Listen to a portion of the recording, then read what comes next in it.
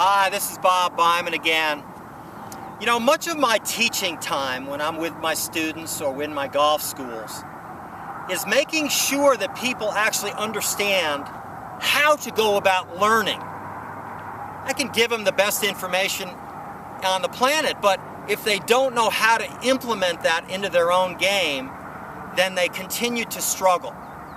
So here's a few ways that you can evaluate how to go about learning the skills that you need in order to improve and shoot lower scores.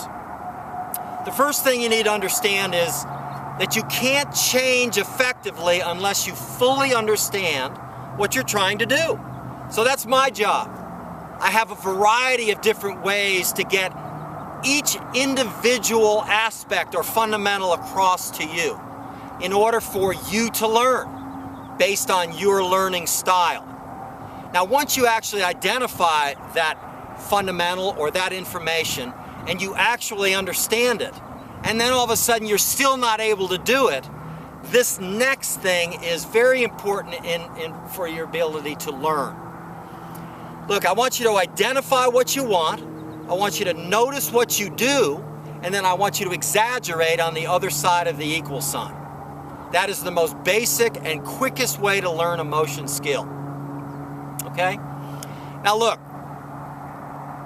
unless you can anticipate your result, it's hard to improve. As soon as you can anticipate the result, then you can actually plan for the shot. As soon as you can plan, then you can manage. As long as you can manage, then you can go ahead and see what the result is, and you can evaluate and then assess.